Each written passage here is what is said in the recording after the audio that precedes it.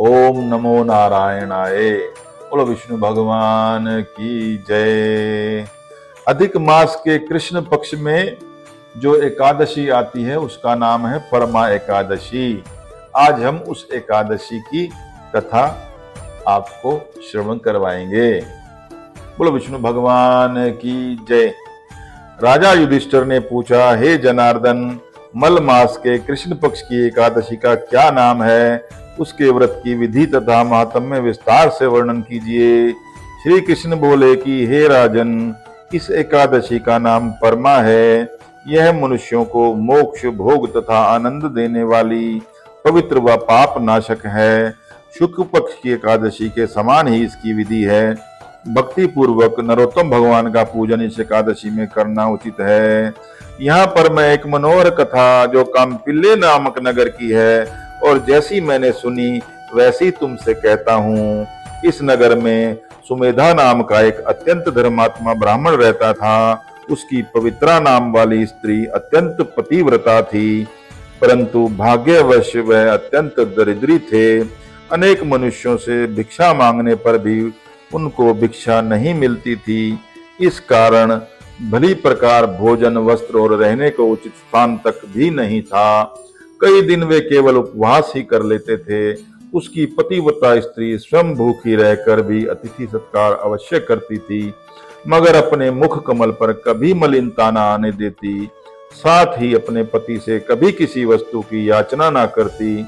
इस प्रकार अपनी स्त्री के दुर्बल शरीर एवं घर में अन्न का अभाव देखकर सुमेधा एक दिन अपनी स्त्री से कहने लगा कि हे प्रिय, यदि मैं किसी श्रेष्ठ मनुष्य से धन मांगता हूँ तो मुझको कोई कुछ देता नहीं। मैं क्या करूं, कहाँ जाऊं?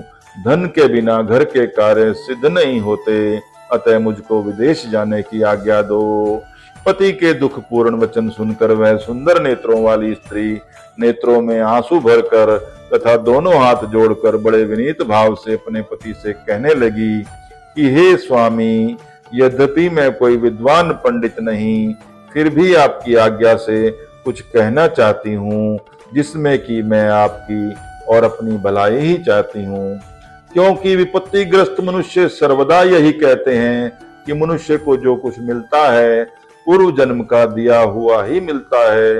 बिना दिए चाहे स्वर्ण के सुमेरु पर्वत पर चला जावे, वहां भी कुछ नहीं मिलेगा।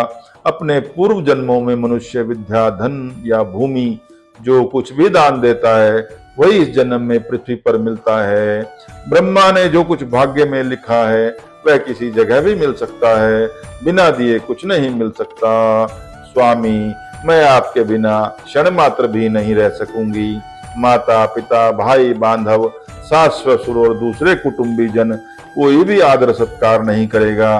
सब पतिहीन तथा भाग्यहीन कहकर निंदा करेंगे। अतः इसी जगह रहकर जो भी मिले उसी में सुख मानिए। अपनी स्त्री के ऐसे वचन सुनकर वह ब्राह्मण विदेश नहीं गया। एक समय मुनियों में श्रेष्ठ कौंडिन्य मुनि भाग्यवश वहां पर आ गए।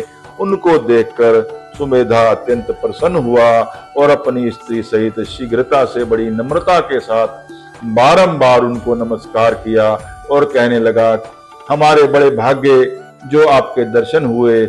ऐसा कहकर सुंदर आसन देकर मुनि की पूजा तथा श्रद्धा के साथ मुनि को भोजन कराया। उस श्रेष्ठ पतिव्रता स्त्री ने मुनि से पूछा कि महाराज, दरिद्रता का नाश कैसे होता है? बिना दान किए हुए भी धन, विद्या, स्त्री और दूसरे पदार्थ कैसे प्राप्त हो सकते हैं?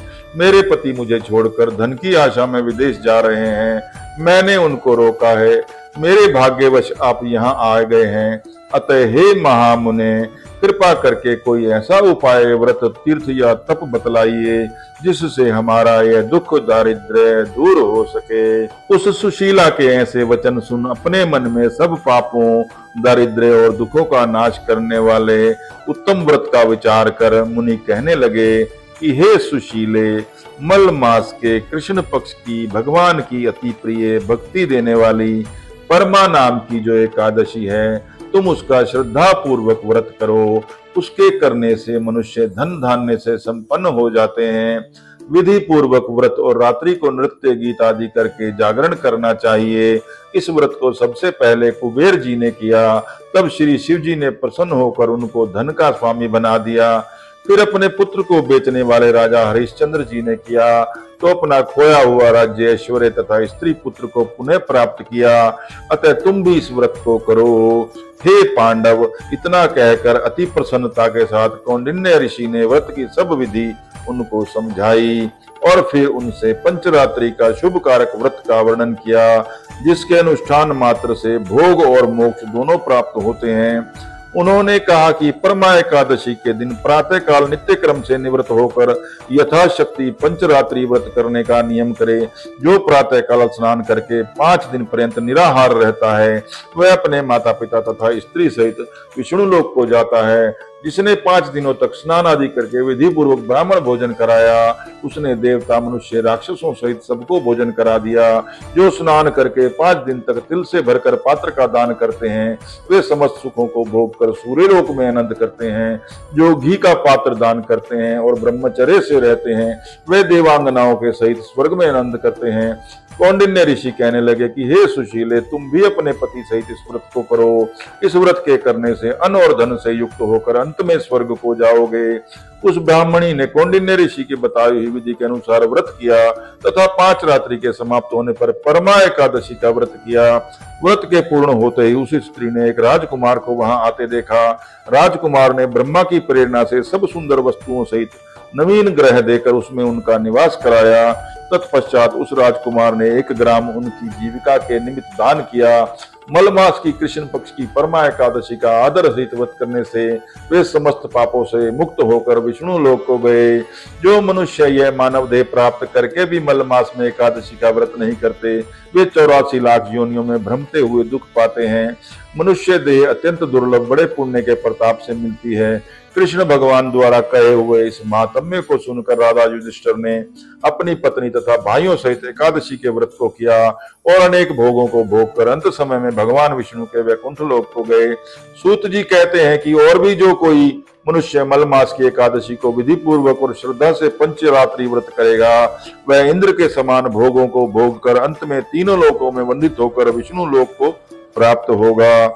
इस प्रकार एकादशी महात्म्य का 26वां अध्याय समाप्त हुआ। बोलो विष्णु भगवान की जय। ओम नमो भगवते वासुदेवाय। ओम नमो भगवते वासुदेवाय। वासुदेवाय कृष्ण देवाय। ओम नमो भगवते वासुदेवाय।